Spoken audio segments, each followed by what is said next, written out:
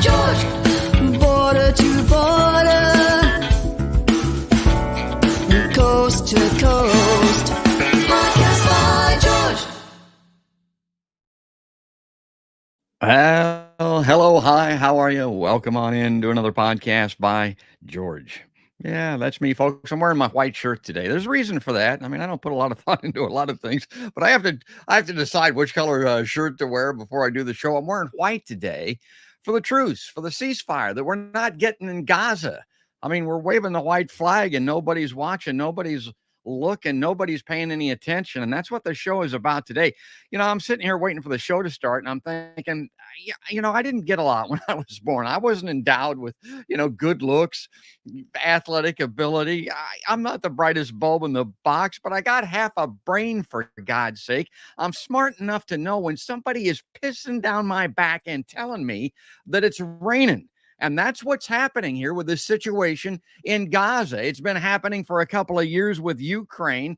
And all of that's what we're going to be talking about today. And I hope you saw the promo. Well, let me bring that up on screen here for the show. U.S. diplomats guilty of malpractice.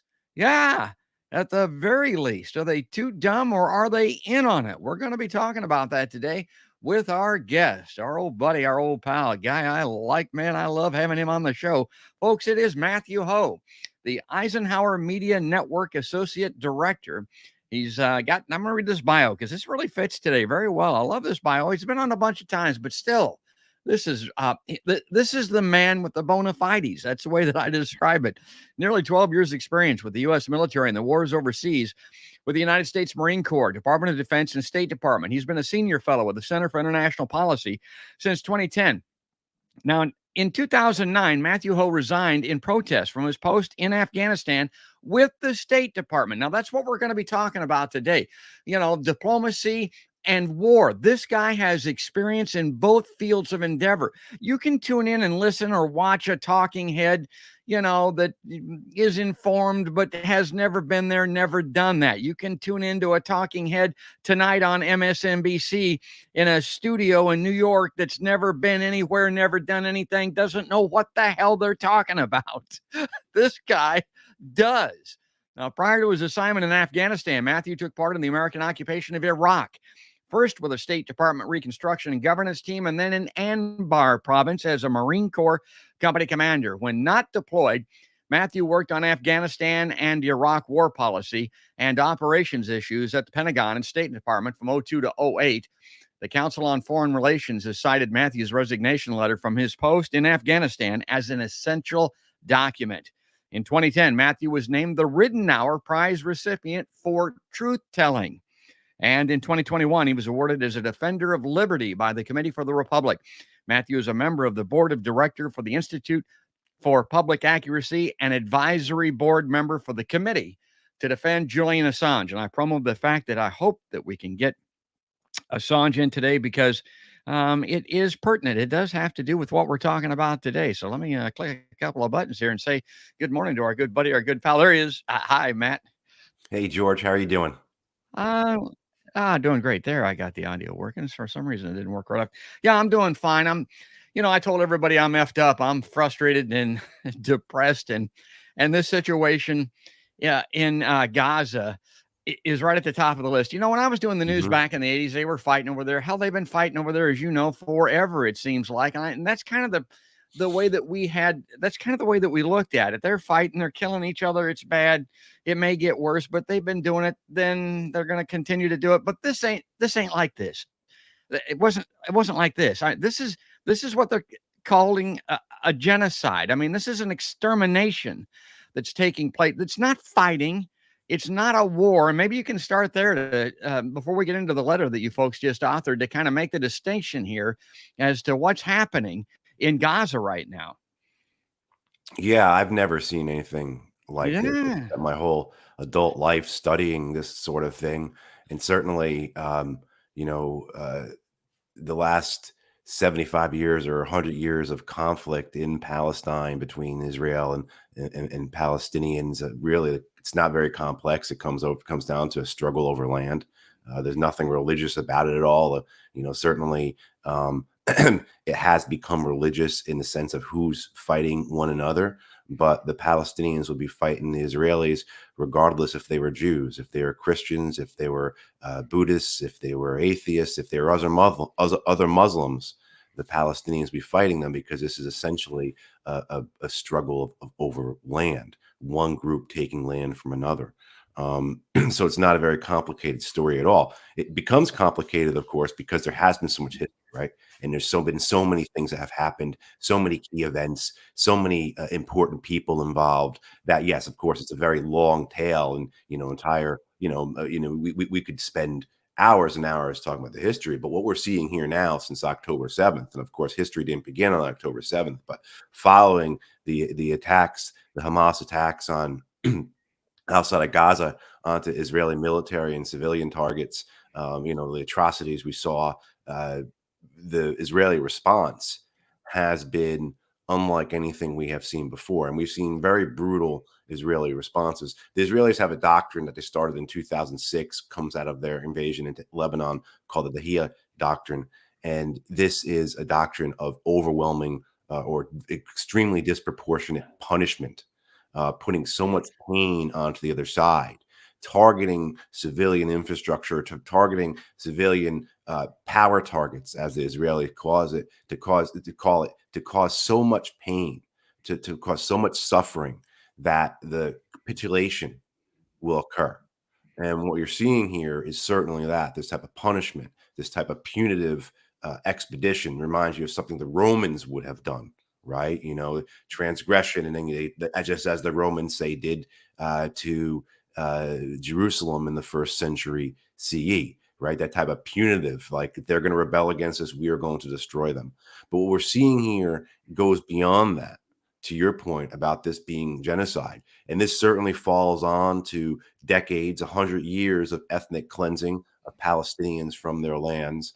So you see that component as well, where there seems to be a very real interest in forcing the Palestinians out of Gaza and creating a Palestinian-free Gaza for Israel to administer, for them to take. And you see this, and you have heard this before, and this is certainly something that is, if people have been following it, you can point to all sorts of key people in powerful Israeli positions who have spoken about this ideal before, about getting rid of the Gaza problem.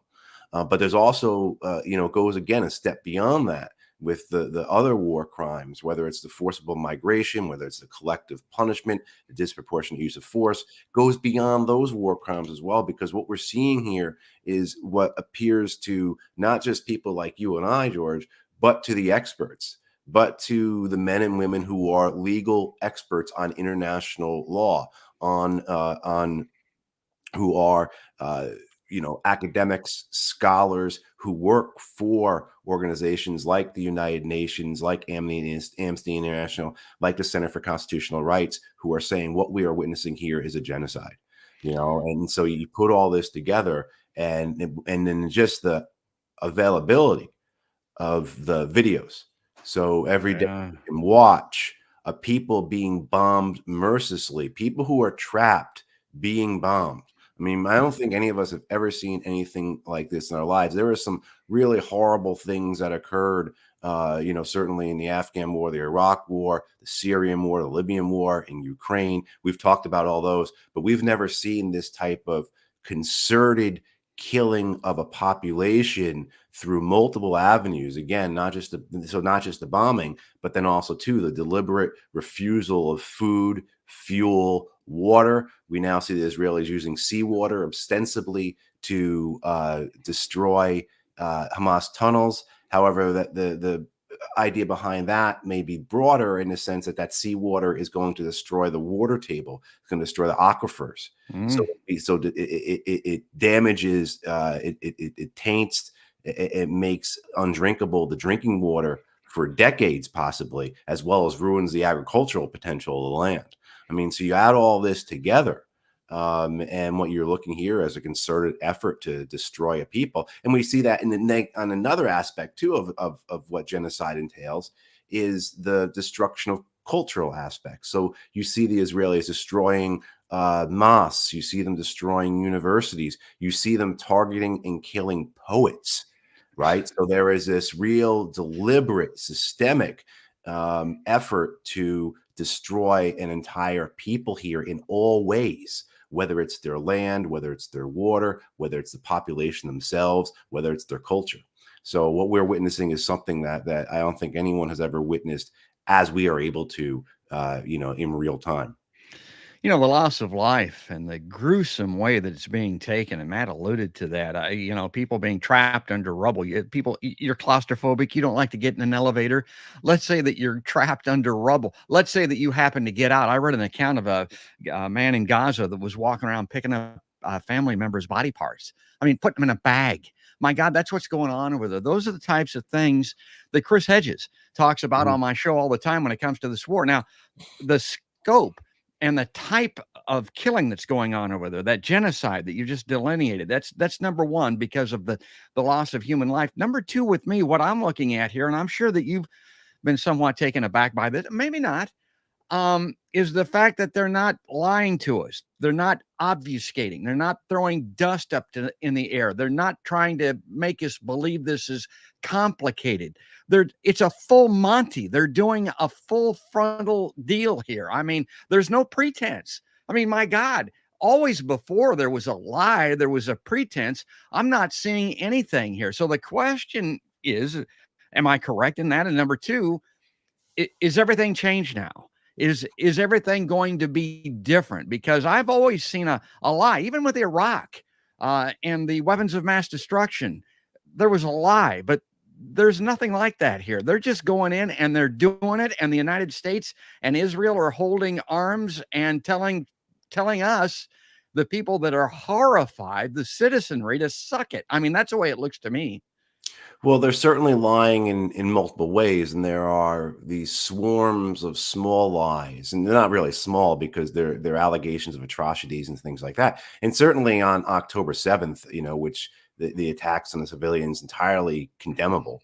But there were lies that came out of that, lies about babies being beheaded, lies about babies being cooked in ovens. And you wonder, why was that? Why did they have all these stories when the truth itself was horrific? And, the idea behind those stories were to make it so that what Hamas did was so reprehensible that killing people by dropping bombs on them seems normal, seems okay, that's fine to do. You're not going beyond, but what Hamas did went beyond. But that all falls apart because we see what's occurring in Gaza, and we see this type of murder and the targeting of civilians. And just as you said, George, we see the reality of people being buried alive, entire families being wiped out. 25, 30, 40 members of family being killed at one point, decades, generations of people just vanishing with these airstrikes. And I think we can see that. And that's what makes this different. With the say in previous wars like this, in previous massacres like this, previous bouts of ethnic cleansing, there were reports and we found out afterwards. So if you go back and you look at what happened, say, in Rwanda or Yugoslavia in the 1990s, there were reports coming out and there were some photos, but really it was, you couldn't appreciate the scale of it. We weren't watching it in real time as we are now. And that makes a very big difference. And so that destroys, that obliterates, if you will, all the lies that we're hearing, all these small lies, all these lies that are trying to create some type of moral hierarchy between what Israel is doing and what Hamas did. And of course, there is no moral hierarchy. It's all, it is all evil in its own fashion when this type of inhumanity is done to one another. But the idea, though, that we are in a new era, I think is quite possible. The fact that the powers that be, so say in our case, the American government, is so willing to say things that they are about, how they are concerned about all lives. They are urging the Israelis to use all precautions. They expect the Israelis to follow international humanitarian law, as well as the various protocols and treaties that are out there. And at the same time, too, sending daily flights of C-17s full of bomb, Yeah. Hellfire missiles, artillery Yes. shells, tank shells. You mean, so as you're in your opening, we talked about how, they're pissing on our leg and telling us it's raining. It's exactly what they're doing. And I think witnesses, we are watching it. We can see through this. I think this is an important era in terms of our media, that our technology has really reached a maturity that people are really not dependent upon legacy establishment corporate media as they once were. And I think that's why you see such a split in how younger people are viewing this compared to older people. And also, too, I think you're really seeing a split now in between the intelligences, the ability to conceptualize and understand things between younger people and older people. Older people tend to view this as strictly black and white, one side versus the other. There's no nuances, there's no shades of gray, while younger people will look at this with an abundance of context and abundance of background. They're watching things on, say, TikTok, which a lot of us who are older, we scoff at it. But then when you actually go and look and see what TikTok provides, and the way it can provide information and how it can provide information and how it allows people to really dive into a depth of familiarity with a subject that you're not going to get from just sitting and watching an hour of CNN or an hour of MSNBC and Fox. It really is revolutionary. And so I think this is why you're seeing this differences in the age groups, and why so many younger people, it's so easy to call out the lies of the American and Israeli government, and why they don't have any traction, because the truth of what's happening is available to them. It's all in their pockets. It's all in this thing. I mean, who are you going to believe? You're going to believe Mark Regev and Tony Blinken over your lying eyes, right? I mean, so there's a lot going on here that I think, to your point, was really correct, George. This is a paradigm shift in a lot of ways. And I hope, though, it's not the paradigm shift I think you were alluding to, though, where this type of slaughter, this type of massacre is just going to be allowed in the American government, which has done so much. I mean, it's amazing how we can continue to have these conversations, and the American government has just gone one step further than it has in the past. Right. And I mean, I think with Henry Kissinger dying a week or two ago, that was an opportunity for this nation to say that was an era that we don't ever want to be a part of. But what we are doing now puts Kissinger, humbles Kissinger, right? I mean, Kissinger, who was the author and the executor and the man behind, massive acts of war crimes and genocide in Asia, in South America, right? I mean, and what's happening right now, because it is so brazen, so blatant, really humbles anything Kissinger did. Yeah, we got to get going here. We're going to run out of time. We always do with Matt. Maybe I'll go longer today, but I want to say this. Matthew Ho is with the Eisenhower Media Network. We're going to have their open letter charging the diplomatic corps of the United States, basically, with diplomatic malpractice. If you'd like to ask a question or make a comment, go ahead and do it here so that we can get it in. But before we get to that diplomatic malpractice, Matt, I want to play a couple of videos here. This is the chief diplomat in the United States. Who is it? Well, it's always the president. Watch this, folks. I never really thought that I would see and have confirmed pictures of terrorists beheading children. I never thought I'd ever. Anyway.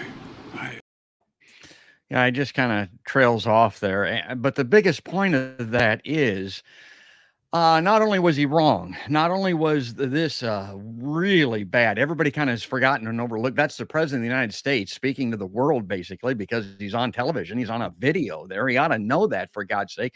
But right after that aired, I walked in, I was outside. I think I was gone. I came home and my wife said, my God, they've beheaded 40 babies. The Palestinians, Hamas has in Israel. My immediate reaction was, Matt, that ain't true. That's not right. I know. I mean, my bullshit detector went off immediately. Right. That's the president of the United States. Now, two things you and I talk about all the time. He can't be that dumb, or he can't be that into it. I mean, he can't be, he's either too dumb or he's in on it. And I've looked at that, and that cannot just get shuffled off to the dustbin of history. That's really significant. At least it is in my mind. Absolutely. I mean, in this immediately when you hear that, if you're a student of history, you think about, the Huns bayoneting babies, right? Which was a charge against the Germans in World War I, that they were marching around with bayoneted Belgian and French babies on their bayonets. And, completely untrue, but they were literally posters made, with these evil Huns with it, Yeah, right? I've I seen mean, them. people Yeah. can Google these, look it up. I mean, Yeah. so this is the propaganda that's always been a part of war. The idea of dehumanizing, excuse me, and creating your enemy as an other. That the only way you can reconcile. You can't reconcile. You have to destroy.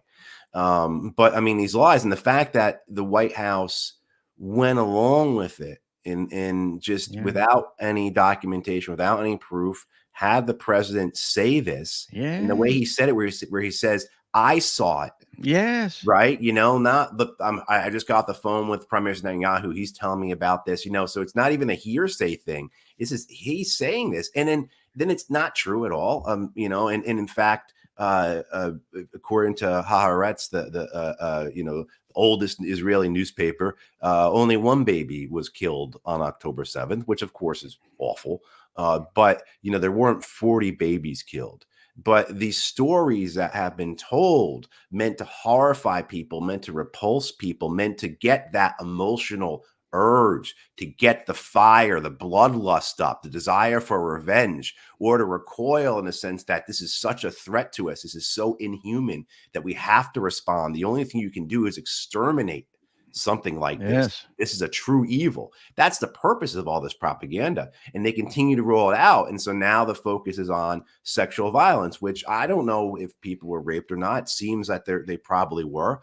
But the idea of it being used as a tool, was this in the documents that Hamas had? And we know this, that the Israelis actually had the battle plan for October 7th, the Hamas battle plan for October 7th, a year before the attacks took place, right? I mean, so was that in the battle plan that rape would be used as a weapon of war? Because it has been used. Right. Absolutely, it has been, but was this systemic, or were these isolated cases?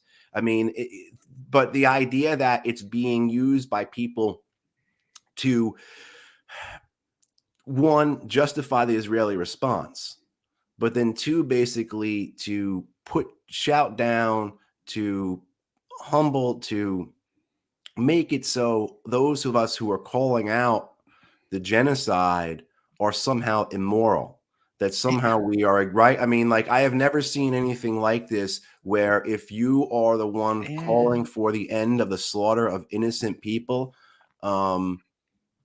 then you are the one who is immoral. I've never seen anything like this construct. But certainly, if you watch Hillary Clinton in the last week talk about this, and the use of that is there, that presence, that those who are calling for an end to the bombing of Gaza, for the destruction of Gaza, are enabling sexual violence against women. I mean, there's this construct that occurs. People have seen that video now of Dana Bash interviewing Pramila Jayapal. And I mean, how many times, or was it Rashida Tlaib? I'm not sure. Yeah, I don't know. I can't remember actually at this point. One of the members of the squad, I think it was, and just the number of times that she has to condemn Hamas, and Dana Bash just won't even let her bring up anything about what's happening to the Palestinians right now. I mean, what happened on October 7th happened 2 months ago, but this slaughter is continuing every day with no end in sight. And why I say no end in sight, because it's inconceivable how this ends. How does this stop? I mean, when do the Israelis reach a point where they've had enough? I mean, and strategically, a lot of us are looking at this and saying, I don't see what their plans are, other than trying to push the Gazans into Egypt to complete this quest to ethically cleanse, Gaza. Because certainly what comes next after this. And so the idea of the killing going on for months more, maybe for another year, is certainly not anything that's out of hand, because you just don't see where this is going, other than, again, unless they can somehow force 2 million plus Gazans into the Sinai, how does this end? But you can't even have those conversations because the distraction is there. And that's what it's meant for. So get everybody worked up, get everyone excited, get everyone horrified, and make it so, because this is how our political environment works, how this theater works. If you are defending the Palestinians, then you are anti-Israel, which means you are pro-sexual violence against Israelis. I mean, that's the way this thing flows, and it's really disgusting. It is destroying our country, because that has been used. That type of framing is used for all sorts of things. But you see this now, where to try and have a conversation about what's happening to the Gazans, let alone the Palestinians in East Jerusalem or West Bank, it's dominated by crimes that may or may not have occurred 2 months ago. And if those crimes did occur, then absolutely there should be some way to punish them. And I don't know anybody who is, there are you'll find some people who are denying what happened on October 7th. And then, of course, those voices are elevated, and they say, look, these are the pro-Palestine voices. But the vast majority of people speaking out for Palestine are horrified by what happened on October 7th. And most of us are horrified because most of us have been saying for years now, many of us for decades, many people have been doing this for a long time, that this is going to happen. So what occurred on October 7th was inevitable. What did you think the Palestinians were going to do? What do you think the Gazans were going to do? Yeah, I mean, and so it is. But the use of these stories, true or not, is meant to distract and allow the genocide to continue without pressure being put on it. Yeah, and if you want some historical context on all of this, I would encourage people to check out Seymour Hersh's reporting on My Lai. And because this is the type of thing that we're talking about here, folks. And the other thing, I've been telling everybody I'm effed up, I'm frustrated, and I'm depressed. Watch this, and you'll see why. About the humanitarian situation in Gaza. Name me one more nation, any other nation, that's doing as much as the United States to alleviate the pain and suffering of the people of Gaza. You can't. You just can't. The United States, through President Biden, is leading the effort to get trucks, food, water, medicine, and fuel into the people of Gaza. Wait. Name another nation that's doing as more than the United States to get hostages out or to get people, foreign nationals, out of Gaza. You can't do it. And name another nation that is doing more to urge our Israeli counterparts, to be as cautious and deliberate as they can be in the prosecution of their military operations. You can't. The United States is at the forefront of this. My God, that pisses me off when I look at that. I mean, that's telling me that it's raining, Matt. That's what I'm seeing there. If you were talking to a psychologist about how to handle this, and this was like a direct relationship, the psychologist would tell you to just get up and leave and not talk to that person ever again, because you're dealing with someone who is a psychopath. You're dealing with somebody who is so they're not deluded. They know exactly what they're doing, but they feel so entitled to lie, from that perch he's on, the smugness of it all. And this is really something that I've come to in the last couple of months, George. I used the term earlier when we were just talking, but in more general term, but this idea of saying something is evil. I mean, something I always kind of shied away from. I don't know if anytime we ever talked, I ever described anything evil, but I probably did not. But in the last 2 months, seeing the way that our government has handled itself, its willingness to go along with this killing. Again, these people who are trapped, who are just getting bombed relentlessly, their food shut off, their water shut off, no fuel, their hospitals targeted, just this killing, this savage killing.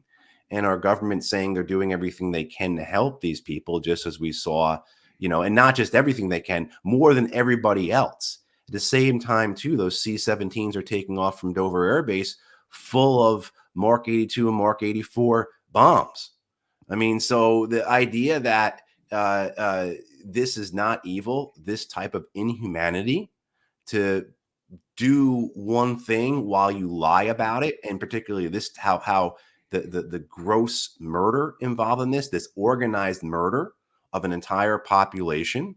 I mean, so it really is quite something to witness this. I don't know why I do know why, but I really wish the press corps had just all closed their notebooks and stood up and walked out at that point, because you're being lied at in such a spectacular fashion. I mean, it's like a bad Saturday Night Live skit. It really is. I mean, so farcical. And the same with the Israelis, the way the Israelis have conducted themselves at time, whether it's some of those just absolutely ludicrous propaganda videos they have put out of Gaza, or it's their spokespeople themselves saying things directly to reporters, that it's just completely incredulous, completely ridiculous, and belies an arrogance that they don't have to tell the truth and they're going to murder whoever they want because this is who we are. We have that authority to do so. And so it is very concerning that, because you see this and, it's kind of like the defense budget. We talk about the defense budget a lot, right? And when certain things are hit, I remember talking, various people over the years, and when certain milestones are hit, $600 billion, $700 billion, $800 billion in the defense budget, it's never coming back. Who's going to bring that back? Who's going to dial that back? Everyone claims Obama cut the defense budget, but they didn't. They just moved the money into overseas contingency operations accounts. They just moved the money into a slush fund, right? I mean, like, they're never cutting this defense budget, and so the same thing too, they've allowed this type of war. And the same thing, we'll pick on Obama further. When you go and you murder Americans with drones, what does that allow? And then you see the Saudis murder an American journalist, Jamal Khashoggi, and then you see the Israelis murder an American journalist, Shireen Abu Akleh, and nothing is done. Well, how could there be anything done when our own government is murdering Americans with drones? I mean, all this flows forward. And Assange, and we're going to get to that. I mean, and look then what we're doing. Aspects of this. So where does this go? Where does this go from here? This is this is what's opened up, and what comes next, and it's really quite horrifying to contemplate it. Yeah, let me move along here because we're already 33 minutes into this show. I mean, I love talking to Matthew Ho, and I hope folks really appreciate this opportunity to ask questions and comment. Please do that. I want to get to this excellent letter that Matt was a co-author on. Now, this is on the EisenhowerMediaNetwork.org.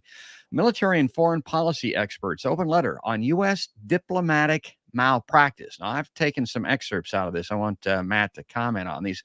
Highlights are mine. Does America inspire the world by the power of its example or the example of its power? Now, I love wordsmithing. I love every word, folks. I love that phrase. That's something that John Kennedy would be proud of. We had his speech on his peace speech not too long ago. I mean, that's really great verbiage. But I just want you to comment on that, Matt, because this sums it all up. Yeah. I've got to give credit to Bill Astori, who's been on your show a number of times. Yes. Bill's the one who wrote that line. Bill is an excellent writer, and also too someone that really speaks truth through his words. And people who are not familiar with Bill, please look up William Astori, Astore. He's been on George's show. He has a Substack called Bracing Views, I believe. Yes. And he is quite prolific, and he is a wonderful writer, and he speaks from the heart. And he's also incredibly credentialed. Career in the Air Force. He's got a PhD from Oxford. I mean, this guy is a very smart and experienced man, so I'm very fortunate to be able to work with him, and as well as the other people in the Eisenhower Media Network. But it's true. How we conduct ourselves, and then further than that, it's that we're creating a reality of our own making, right? So what were we creating in this world? We're creating a world of might makes right. And so you've seen the United States over this last decade, especially, because I don't feel like I've heard the phrase before the Obama administration, maybe the George W. Bush administration used it, but this idea of rules-based order as opposed to following international law. And, you'll even see things where, say, the great Sam Husseini, who I work with at the Institute for Public Accuracy, Sam goes to the State Department briefings, and when they call on him, he brings up such things as, Okay, you're asking the Israelis to follow international law. Which international law are you asking to follow? The Fourth Geneva Convention? What are you asking them to follow? And they refuse to answer. Yeah. So there's a deliberate malpractice within the U.S. government, particularly the State Department government, to use these vague terms that mean nothing and that basically give us justification to do what we want because we're following a rules-based order, even though there's what are the rules?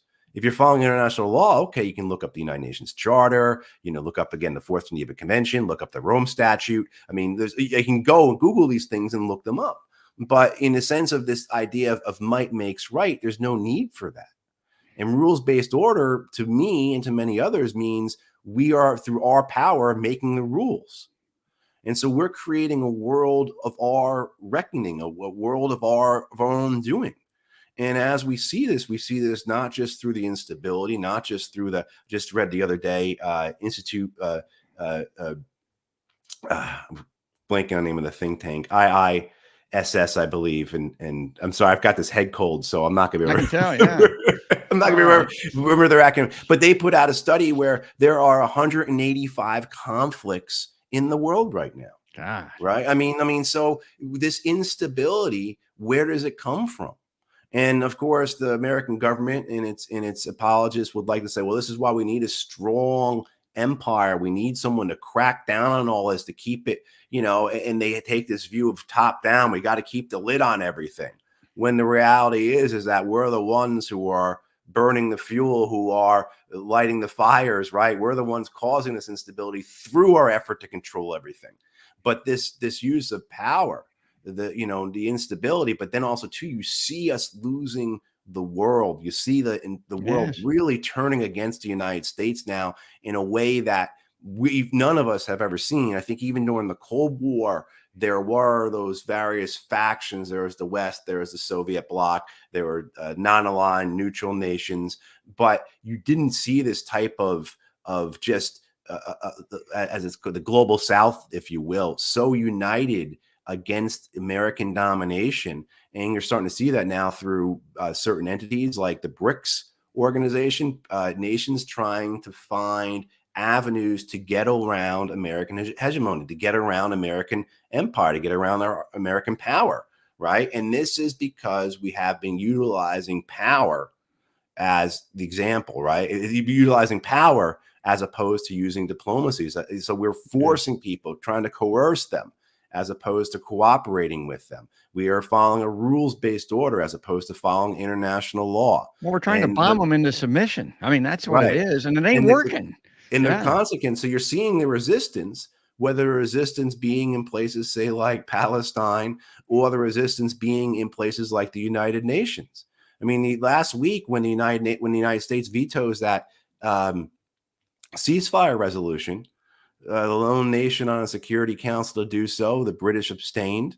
The Americans, we could have abstained, but we chose to veto it. That resolution had 100 co-sponsors. Over 100 nations co-sponsored that. I don't know very, very much about the United Nations, but that kind of thing is rare, from my understanding, on a Security Council. To have that level of co-sponsorship. So the United States really, and then continuing to lie. So then, of course, our State Department spokespeople like John Kirby, our president, so forth, saying things that are completely opposite to the truth. And the entire world knows this. And so the damage we're doing here to ourselves going forward is massive. This desire to try and control things in the short term, whether it's for reasons related to geopolitical concerns. We have to control the map. We've got to make sure everything is shaded in our color. We can't lose anything. You can't lose any part of the empire, whether it's the profits, right? The massive amounts of money being made off these wars, or whether it's domestic political concerns. The fact that the president is concerned that if he's not strong and stand with Israel, he's going to lose backing from the Israeli lobbies. But all that in the short term, you keep making decisions that way. Where do you end up long term? And that's where we're seeing this heading. All this type of, not just the conflicts, but the rejection of the American empire in a concerted, united fashion. Yeah, again, the letter in its entirety is on EisenhowerMediaNetwork.org. Let me bring this back on screen so that I can get Matt's comments on these excerpts that I really liked out of the letter. The problem is that America continues to make war, continues being essential only as the world's leading merchant of death. Yeah, that's how we're remaining essential, and continues seeking dominance through military supremacy that ends in places like Afghanistan, that Matt knows all too well, Iraq, where he served in the Marine Corps, and earlier in Vietnam, in mass death and colossal folly. And I've heard you talk about that before, Matt. I mean, these are not minor things, these are major screw ups that bring into question again, are they that friggin' dumb, or are they in on it? If you want to make an excuse they're that dumb, why do they keep repeating these follies? Why do we do it time and time again? Why are we doing it right now? Militarized solutions breed and feed more war. Earnest and deliberate diplomacy is the best hope to bring peace, stability, and reconciliation to the world. Okay, man, I want you to comment on this, because not only are we failing, not only are we committing follies when it comes to any effort at diplomacy, we purposely circumvented it in Ukraine. Again, that's another one of those items that should never be shuffled off to the dustbin of history. We got to remember that, but it seems like many people have already forgotten it, or maybe they never knew to start with. Yeah, I think many people did. Excuse me. Many people never even knew about the peace talks at the very beginning of the war in Ukraine. So immediately after Russia invades, Ukraine and Russia begin peace talks, first in Belarus, then in Turkey. And they get to a point where there's a draft peace plan. It's initialed. It just really needs the signatures at that point of the two countries' leaders. And the United States and the United Kingdom pull Ukraine out of that peace deal. Say, no, we'll give you everything you need to win the war. We're not ready to end this war. You'll defeat Russia. Great things will occur, et cetera, et cetera. And I mean, I think most people don't know this, even though it was widely reported by the Western press at the time. It was then quickly forgotten, deliberately forgotten, to the point where it became, throughout 2022 and through much of 2023, almost like a conspiracy theory, even though you could pull up stories from the Financial Times or from Reuters or from the BBC talking, or from Ukrainian media talking about it.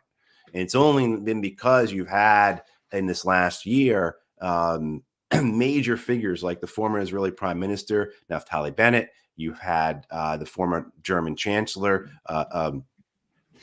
excuse me, Gerhard Schroeder, and you've had the leader of President Volodymyr Zelensky's political party in Ukraine, who led those negotiations, speak openly about what happened. But what you saw was deliberate diplomatic malpractice, right? This idea that we are going to scuttle, we're going to pull you out of these peace talks because we want war. And of course, now look at the circumstances. First of all, how many hundreds of thousands have been killed and wounded since that time? And then, the environmental destruction, the destruction to the infrastructure, the instability created around the world through disruption because of energy, but also to food. I mean, the consequences of this. And this speaks nothing about the fact that the Russians tried to negotiate in December of 2021. And that was completely rejected out of hand by the Americans, refused to talk to them at all. But, this is just one element of a larger framework, a larger ecosystem of this diplomatic malpractice by the U.S. We've talked about this before, George, this idea that it is a militarized foreign policy. The whole purposes are to maintain the empire. Do not lose any part of the empire, and where you can, you expand it. And I think this is the natural requirements of any empire. You go back throughout history and you look at this, they're living organisms. They have to expand. They cannot contract. And so they have to consume more, and they have to extract more.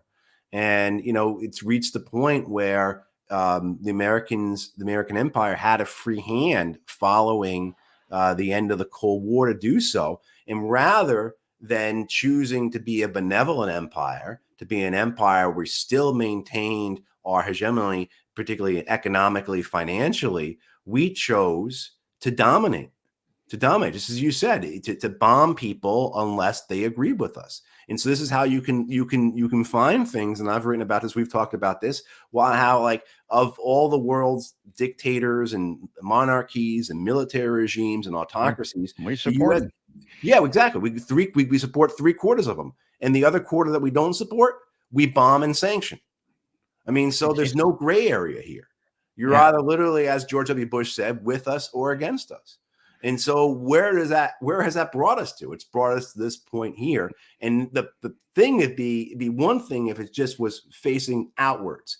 This is what the United States is dealing with outside its borders. But the consequences of choosing this as who we are as a nation, that this is our priority, has hollowed out our economy, hollowed out our infrastructure, hollowed out our education. I mean, the real opportunity costs here are just massive.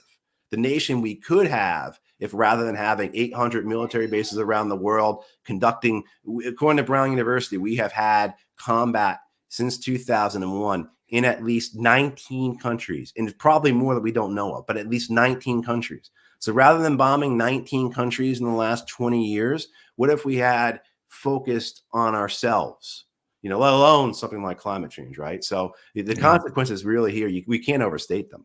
Yeah, who are these ghouls? Okay, let me bring this up on screen here because this gets to some of what we're talking about here. Again, this is this outstanding letter currently on EisenhowerMediaNetwork.org.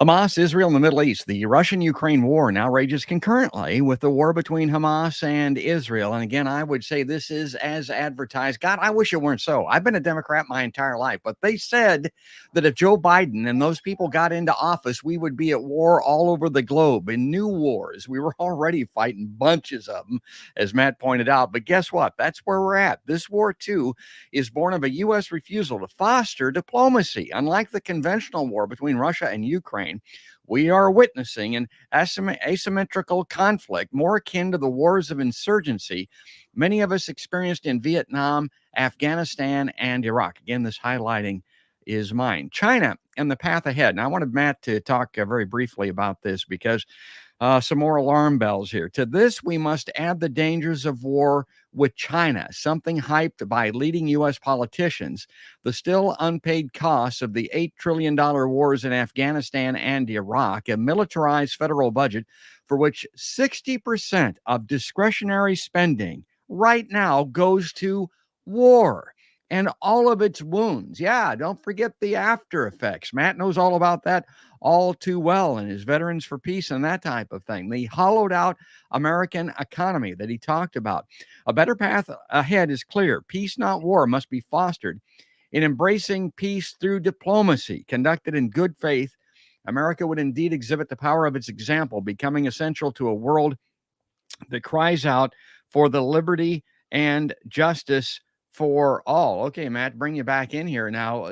This is, I keep thinking about this John Kennedy peace speech that he had, but, America, are we the country of the Peace Corps, or are we the country of war, of this bombing campaign that we've been conducting for decades now? And can we change course? Again, I'm kind of effed up, Matt. I'm frustrated and depressed. I'm thinking it ain't happening. It certainly ain't happening in my lifetime, but I guess you would counsel people not to think like that, because if you think like that, it certainly is going to be so. Right. And I just reminded a friend of me reminded me of this the other day. It's you should be disgusted, but we should never be discouraged. And so, this idea that we have made this reality, well, we can unmake it. It's still a possibility. It's not too late. And certainly the obstacles, the hurdles, the wall that we are up against is massive. But there is no alternative to turn away at this point. There is no alternative to simply ignore it, because it is coming for all of us. So we can think that this is only occurring overseas and it's not going to affect us. Well, that's wrong in so many different ways. It's wrong in the sense that there's very real blowback that will occur, revenge that can happen for these sorts of things. Why would there not be revenge against the United States for facilitating this Israeli genocide of the Palestinians? How can there not be revenge? I mean, I am shocked that there has not been more attacks and there's been almost none, actually. But the idea that there hasn't been more serious blowback akin to 9/11 from our actions in Iraq and Afghanistan over these last 20 years, as well as the rest of the Muslim world, is really quite shocking. But also, too, again, the hollowed out American economy, the fact that more than 150 Americans live paycheck to paycheck. Half the kids in my state here qualify for free student lunch, and we have a system that doesn't allow for investment in our own country, let alone taking care of the daily needs, let alone repairing what needs to be repaired. You point to any part of our infrastructure, but investing in our country. And of course, why can't we have healthcare? We can't afford it, but we're going to give $105 billion more to Israel and Taiwan and to Ukraine. I mean, Israel's got it. It's going to happen. And so all that, but then there's the other aspect of this, that where it's coming for us is coming for us in climate change. It's coming for us in climate change, and in military operations, war, the production of military equipment and munitions, which has all really increased so much the last couple of years across the world.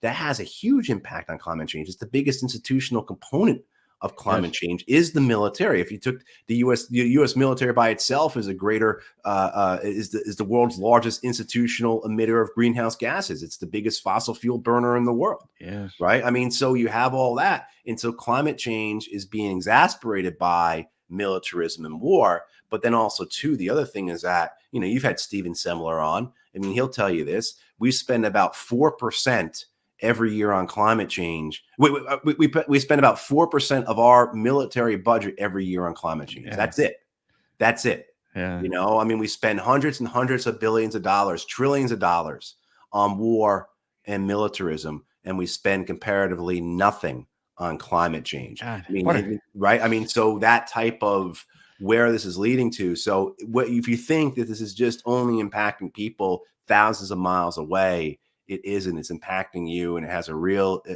The consequences of it are quite severe for the American economy, for our communities, and for everyone's family.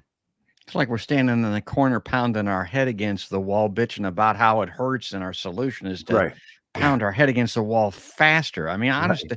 All right, here's something very near to my heart. Again, this is on the Eisenhower Media Network site. Wall Street Journal reporter Evan Gershkovich, that guy that's imprisoned over there, just passed his 250th day in Russian prison, while WikiLeaks publisher Julian Assange awaits extradition to the U.S. after years of imprisonment in Great Britain. Meanwhile, okay, I highlighted that. I know why I did, Matt. I want you to talk about this again. Remember, maybe I'm a little overly effed up at this point, but people need to think about this with Assange, and it gets glossed over a lot of times.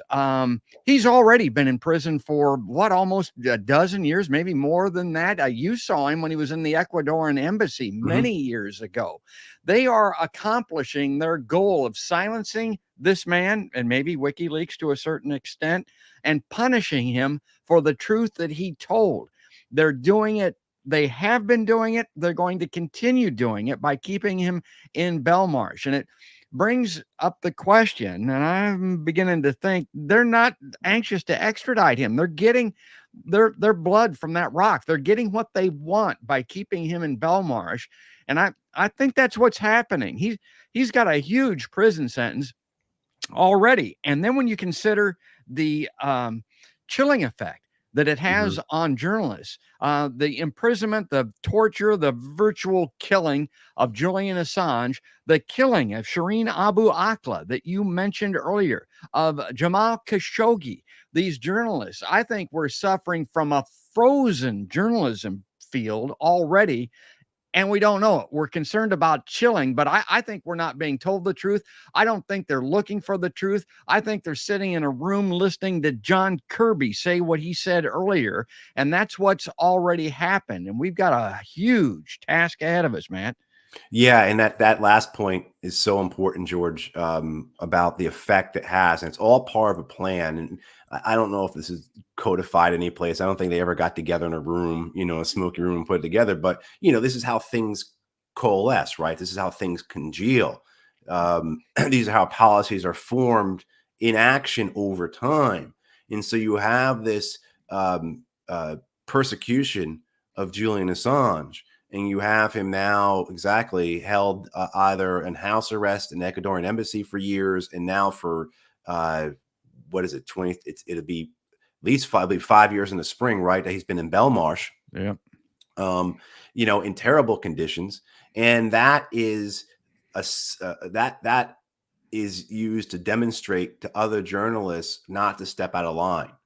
Right. And I think you take it one step further with the killings of Khashoggi, the killings of Shireen Abu Akleh, and now with all these killings of journalists in Gaza. I mean, as well as, too, the Israelis have killed journalists in the West Bank and in Lebanon in the last 2 months. But I think since I wrote that last week, the number is over 70 now journalists who've been killed, journalists and media workers. So you're talking about also cameramen, producers, things like that. So this is all part of a developing policy by governments like the U.S., by governments like Israel, and certainly embraced by governments like Russia. You can imagine any other government embracing this as well, of creating a form of official journalism where journalists like Julian Assange are not journalists. Journalists like George Clark are not journalists, because you are not part of an officially sanctioned organizations that follows our rules. So the Israelis will say the only real journalists are those who embed with us, who go into Gaza. Everyone else are not journalists. They are just people with cameras. They are free. I mean, however they want to describe them. And so they're not afforded the protection. Yeah. Right. And then you get in these idea of the media organizations. Well, if they have to adhere to that, then they want to make sure that they are the ones who are considered official. And otherwise, they're not going to be allowed in the briefing room with John Kirby. They're not going to be allowed. They're not going to be able to go on Air Force One with President Biden. At the same time, too, on the other side of it, they will be subjected to being put in jail and tortured like Julian Assange. They will be subjected to being killed by a Hellfire missile or by tank shells like those Reuters journalists in Lebanon were. And then not only that, I just want to put this one more point on it. Your families are also at risk. So if it's sense that you're going to throw you in jail, well, how's your family going to eat? How are they going to pay the mortgage? But then even more so, because we've seen this happen in Gaza, where Gazan journalists' families have been deliberately targeted and killed. I mean, so you're seeing this policy of trying to not just of controlling journalists by creating an official journalism column and then punishing all those who are not in that. And it's very dangerous. And a lot of it, Georgia, is because of stuff like we're doing right here. This technology, the ability for media to be platformed anywhere in the world and to provide information through so many different outlets that is completely, unidentified. This is nothing like it was 20 years ago, even not 30 or 40 years ago, even 20 years ago. Yes. And so that is such a threat, one, to the establishment media, the legacy media, the corporate media. So they're going to go along with what the government wants them to do because they want to preserve themselves. They want to fend off this danger to them, to this new challenge. But then it's also a great threat to the government because the government can't control what's being said by independent journalists. While it can control what's being said by the corporate journalists. And so you see this really, really insidious and nefarious policy being put in place. Again, you're not going to find it in writing, but this is what's coming about. And so this is a dark future that we can see. Yeah. And why would you abdicate that role to the government, that First Amendment right that we all enjoy, that has so much to do with why this country came to be? It's the First Amendment, folks. And I wanted to mention that Abby Martin is attending and people know I'm a big fan of hers. There's a Assange tribunal taking place right now, I think, in D.C. Yeah, Matt knows about it. It was on Saturday. Yeah. Yeah. Okay. So here, watch this. Now, it goes right to match point, what he was just talking about. And we'll watch this film clip and then we got to wrap up the show here. But this is really good stuff. Watch Abby Martin and listen to what she says, basically, Who are these people? Why would they have the right at this point to make these types of decisions Matt was talking about? The Iraqi people did not have the capacity to film their reality when a crime of this scale was being committed to them.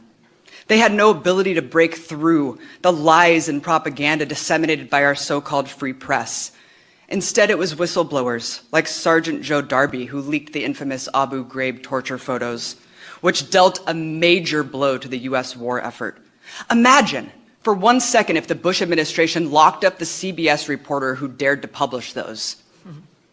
Iraqis didn't have social media, but they did have WikiLeaks, which finally showed the world what American forces had kept hidden for so long. We turn to the bloodletting in Gaza. It's because of WikiLeaks that we know about Israel's intent to keep Gaza's economy on the brink of collapse. It's people teetering above humanitarian crisis. We can thank WikiLeaks for revealing the strategy of wanting Hamas to govern the Gaza Strip so they can deem 2.3 million civilians there a hostile entity worthy of collective punishment, and as we've seen plainly today, death. And let's remember the US government has no credibility on this issue. They weaponize the notion of a free press to only ostracize, sanction, and try to kill their enemies, take down governments, while their closest enemies are the most horrific on freedom of the press: Saudi Arabia, Uganda, Israel, right? How can we trust an institution like this to tell us who is a journalist and who is not? Who is worthy of doing journalism? How is it acceptable that the perpetrators of the illegal invasion of Iraq are the ones who get to decide if the man who exposed their crimes is a journalist? We cannot let a conflict of interest of this magnitude prevail. Julian Assange is the voice of the people, and we must free him. Thank you.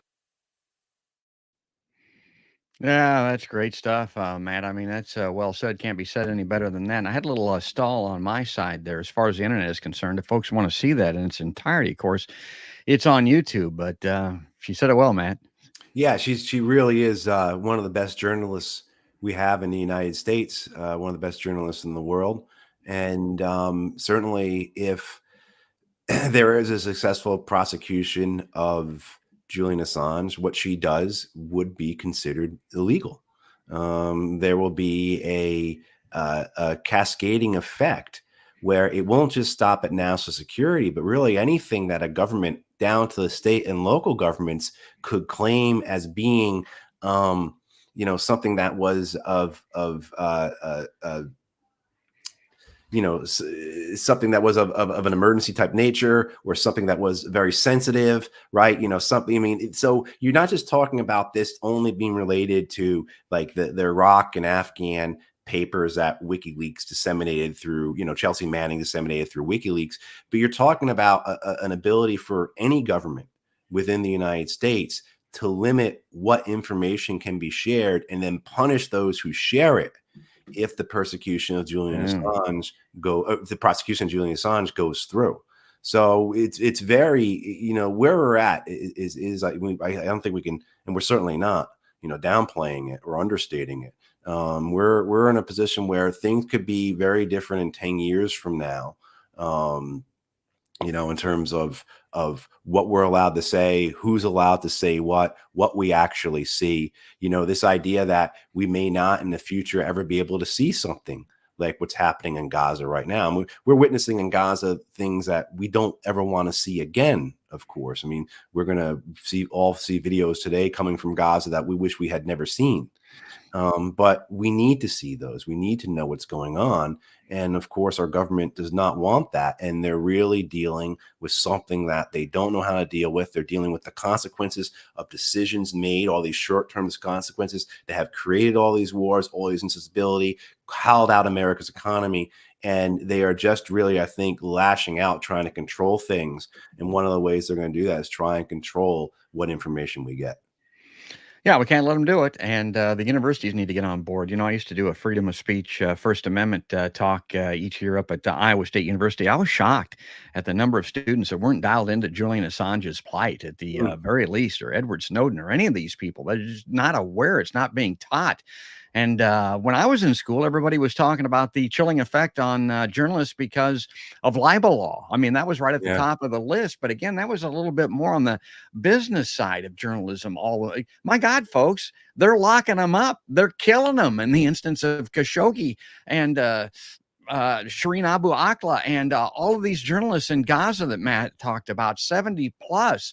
I mean, you want to talk about a chilling effect. That's, again, frozen ground for journalism in the United States. Well, we're over time. People that watch my show know I like to keep it about an hour or so on these live lines, but today was well worth it. Matt, I always like to give you the last word here. Anything that you want to reemphasize or anything that we haven't talked about that you want to close with? No, I think just to reemphasize his point about independent media, alternative media. So support things like this podcast, support people like Abby Martin, find people that you trust and you believe in and support them. Whether it's by watching their shows, hitting the like button, all that stuff really matters. But then also too, donating where you can, view it as a subscription fee. We all used to do that. We all used to pay for the newspaper, used to pay for cable television. We all pay for Netflix now or whatever. And you have to view that in the same way too. I kind of remember, George, like 20 some odd years ago when Napster came out. Yeah, we had this idea of like, oh, music is free now. So it's not free.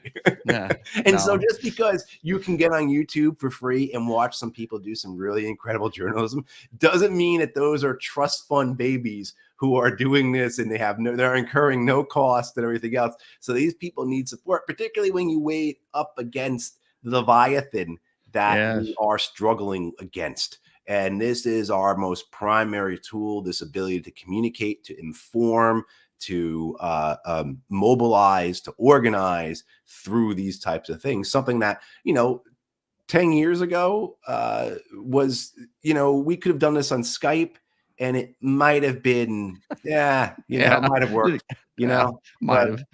Now there's no going back. Now we have this and we have to utilize it.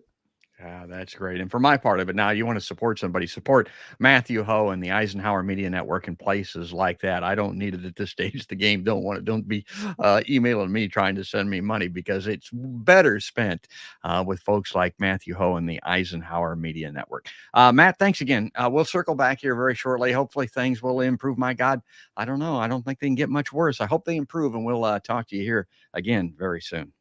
All right. Thanks, George. And everyone have a happy holidays. Happy Hanukkah. Merry Christmas. However you celebrate. Please, everyone be well. Yeah, we'll talk again maybe in the new year, which is not that far away. And folks, like I mentioned, I don't want any money or donations, but I do like to have subscribers and viewers. And I want people to see folks like Matthew Ho. And if you like him on the show and all the guests that I have, and I have some great ones, go to podcastbygeorge.com. Subscribe. It's free. You can choose the platform there that you like. If you like these video live streams, if you like seeing Matt and those guests, sign up on Facebook and on YouTube, because that's where the videos are seen. And then you can listen, you can hear all of these shows on places like iTunes. You can choose that there, as well as Spotify, the iHeartRadio app, and so on. But folks, that's going to do it today. That's all there is. And there ain't no more. That's another podcast by George.